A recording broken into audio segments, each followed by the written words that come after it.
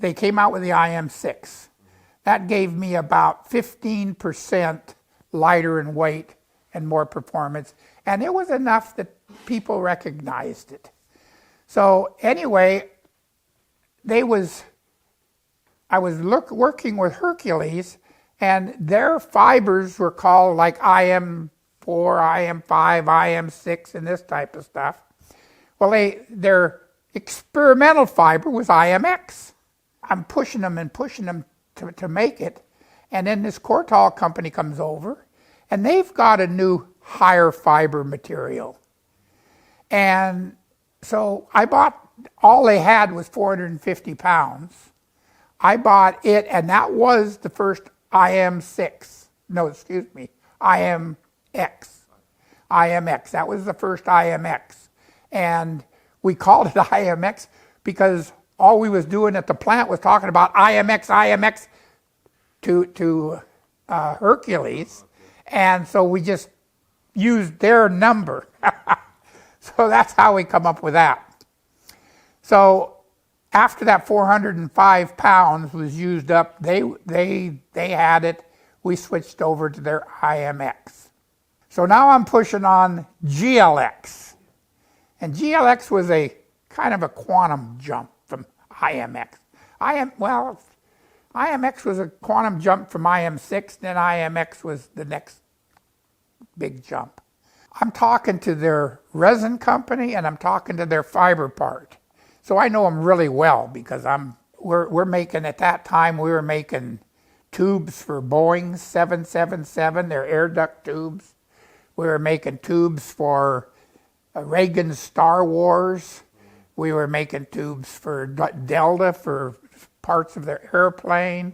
So we were making a lot of exotic baseball bats, golf shafts, gun barrels. We was making a lot of stuff at this time. So I got a meeting with them out in Wilmington, Delaware. So as I go out and I stop over in Chicago, I look and there's a newspaper, USA Today, that says Japan has said that we are co-workers for the Japanese. But anyway, that we were co-workers. So I go to the meeting, 16th floor, Wilmington, Delaware, Hercules factory, and I got the guys from the resin department here and the guys from the fiber department here. In comes the president, and he says, well, now what can we do for you? So I shoved the sheet over to him. It showed him how much AS4 fiber we'd bought from him and how much IM6 we'd bought from him and how much IMX we'd bought from him only after we were forced to because somebody else got the deal and why we used the name. Now I said, we want to go to the next one. So I gave him the modulus and the strain rate of the fiber and this type of stuff. And he says, well, there's no market. Well, there'll never be a market unless you got a product. So he talked to us and these guys that I knew from the fiber and the deal, well, yeah, you know, if we would have that, I'm sure we could find a place to sell it and all this type of stuff. So we got on to a pretty good deal. And then it got down to the point of time that they could make it on their R&D, but they didn't have a precursor, R&D precursor, and they'd have to start up their big precursor, which would make a lot of precursor, more than that they would need, and this type of stuff. And I says, well, why don't you buy an R&D precursor? So he asked the person in the fiber, and he said, well, what'd that cost?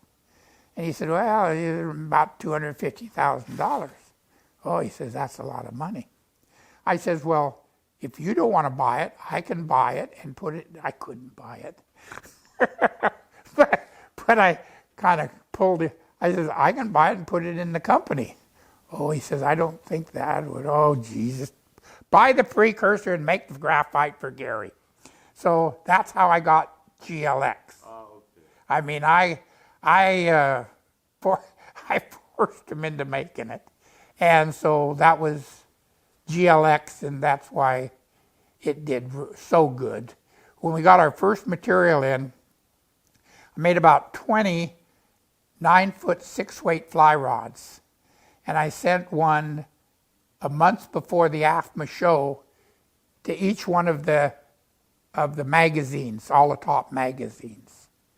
And one of them even got it into the magazine before the show.